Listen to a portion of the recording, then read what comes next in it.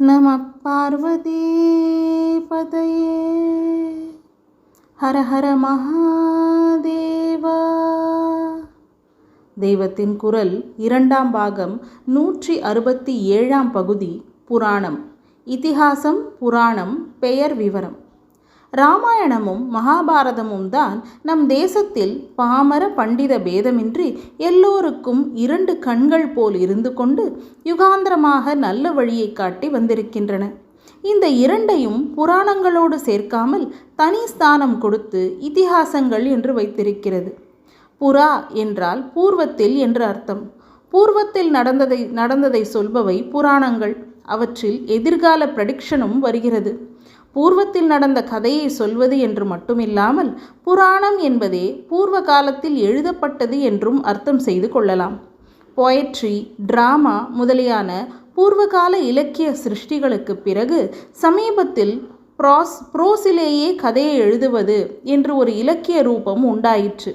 அதற்கு நாவல் என்றே பெயர் வைத்தார்கள். நாவல் என்றால் புதியது என்று அர்த்தம். அந்த காலத்தில் இந்த ரூபம் போயட்ரியைப் போலவும் டிராமாவைப் போலவும் இல்லாமல் புதிதாக வந்ததால் நாவல் என்றே பெயர் வைத்தார்கள்.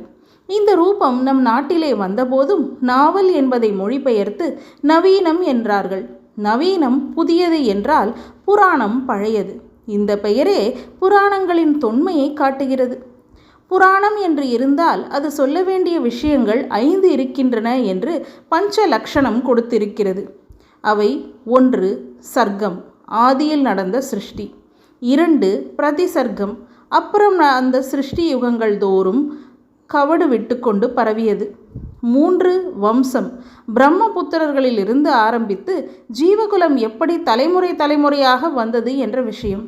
4 மன்வந்தரம், 1000 சதுர்யுகங்களில் லோகம் பூராவுக்கும் மனுஷகுல முன்னோர்களாக இருக்கப்பட்ட 14 மனுக்களின் காலத்தை பற்றிய விஷயங்கள். 5வது வம்சானுச்சரிதம், தேசத்தை பரிபாலித்த ராஜாக்களின் வம்சாவளி, சூரிய வம்சம், சந்திர வம்சம் என்பது போன்ற டைனாஸ்டிகளின் விவரம். இன்னும் பூகோள வர்ணனை, ககோள வர்ணனை என்பதாக லோகங்களை பற்றி விரிவாக வர்ணிக்க வேண்டும். இங்கே புராணம் என்பது ஹிஸ்டரியாக மட்டுமன்றி ஜியாகிரஃபியாகவும் இருக்கிறது. இதிகாசம் என்பது இதி ஹ ஆசம். இதி ஹ ஆசம் என்றால் இப்படி நடந்தது என்று அர்த்தம். இதி ஆசம் என்றாலே இப்படி நடந்தது என்றாலும் நடுவிலே ஒரு ஹா போட்டிருக்கிறது. ஹாவுக்கு நிச்சயமாக, வாஸ்தவமாக, சத்தியமாக என்று அழுத்தம் கொடுக்கிற அர்த்தம் உண்டு. கொஞ்சம் கூட பொய் கலக்காமல் உள்ளது உள்ளபடியே எழுதினது இதிகாசம். அது எழுதப்பட்ட காலத்திலேயே நடந்தது. ராமர் இருந்தபோதே வால்மீகி இராமாயணத்தை எழுதினார். பஞ்சபாண்டவர்கள் இருந்தபோதே வியாசாச்சாரியால் கூட இருந்து பாரதத்தில் வரும் சம்பவங்களை எல்லாம் நேரில் பார்த்தார். புராணம் என்ற பெயர்படி அவர் பழைய விஷயத்தை சொன்னபோதும் தீர்க்க திருஷ்டியால் உள்ளபடி பார்த்துதான் எழுதியிருப்பார் என்றாலும் அதை கேட்ட மற்றவர்களுக்கு, அவர் காலத்தவர்களுக்கு அந்த விஷயங்கள் தெரியாது. மகாபாரதம், இராமாயணம் ஆகியவை இப்படி இல்லை. அவை முதலில் பிரச்சாரமான போது லோகத்தில் இருந்தவர்களுக்கே அவற்றில் உள்ள அநேக பாத்திரங்களையும் சம்பவங்களையும் தெரியும்.